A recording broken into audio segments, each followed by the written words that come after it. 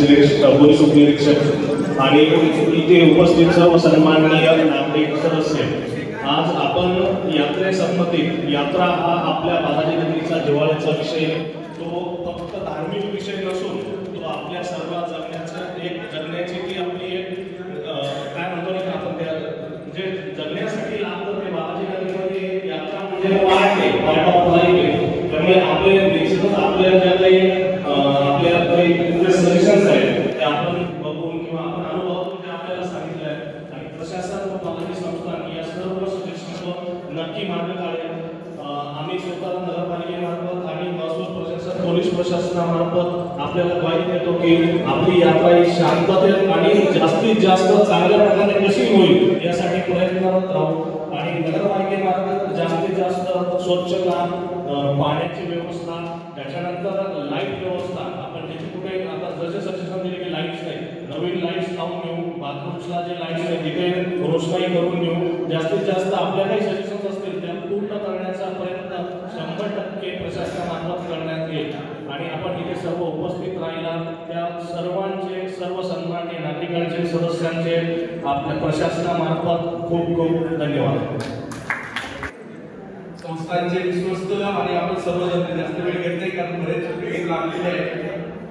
दरवर्षी होणारा यात्रा महोत्सव याही वर्षी अतिशय चांगल्या प्रकारे आणि नियोजनबद्ध झाला पाहिजे त्याबद्दल सर्वांनी सजेशन दिले, त्या सर्वांच्या नोंदी घेतल्या आणि त्याच्यावर एक ऍक्शन प्लॅन तयार करून त्या पद्धतीनं सर्व कामकाज होईल याची मी ग्वाही देतो. बरेच चांगल्या प्रकारचे सजेशन आले आणि त्याचा फायदा प्रशासनाला निश्चितपणे होईल म्हणून मी सर्वांचा आभार व्यक्त करतो. हा उत्सव बालाजी संस्थान, सर्वसामान्य नागरिक आणि प्रशासन आणि आपण सर्वजण हा सर्वांचा उत्सव आहे, त्यामुळे सर्वांचे हातभार याला लागले पाहिजे. आणि कुठं काही असं जर असं वाटत असेल, एखादी अनुचित घटना वाटत असेल, असं काही जर असेल तर कृपा करून ते आपण प्रशासनाच्या लक्षात आणून दिलं पाहिजे.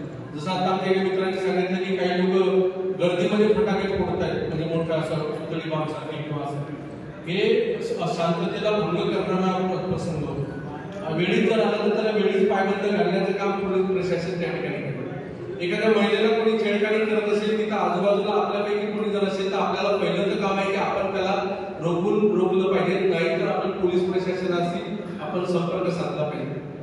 कारण बऱ्याच वेळा अशा घटना होऊ नये त्यासाठी पोलीस प्रशासन लक्ष होईल. पण एवढी मोठी गर्दी असल्यानंतर तर अशा बाबी आपल्याला कराव्या लागतील. तर माझं आपल्याला सजेशन आहे आणि गावकऱ्यांना सुद्धा असं जर काही लक्षात आलं तर निश्चित पोलीस प्रशासनाला तात्काळ किंवा आमचं जे कंट्रोल रूम असेल त्याला त्या पद्धतीचं सांगितलं.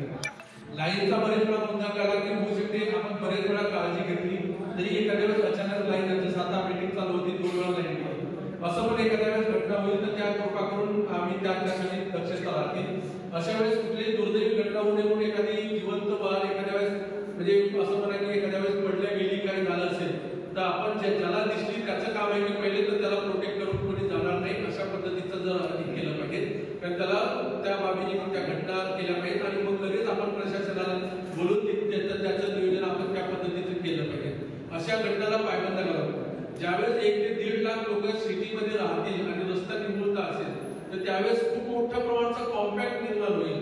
एका इकडून निघालेले लोक दुसऱ्याकडून जाणार येणार नाही तर त्यावेळी तिथल्या लोकांनी सहकार्य करणं गरजेचं आहे.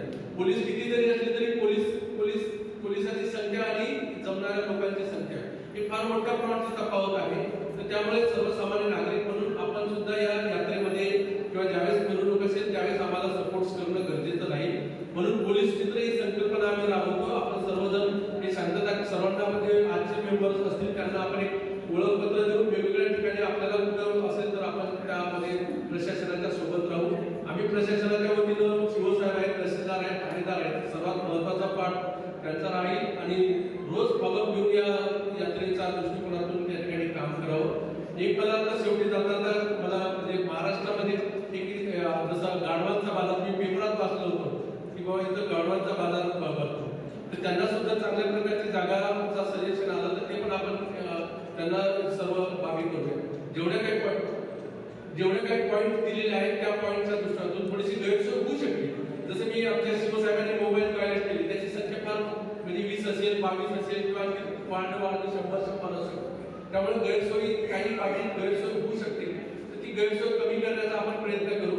जर अशी गैरसोय होत असेल तर स्वच्छतेच्या दृष्टिकोनातून ब्लिचिंग पावडर्स किंवा प्रतिबंधात्मक उपायांना सुद्धा तहसीलदार शिवसाहेब फुल्ली या ठिकाणी करतील. मी मला म्हणजे चांगलं वाटलं की एवढ्या मोठ्या प्रमाणावर आपण लोक आलात आणि आपल्या भावना या ठिकाणी व्यक्त केल्या.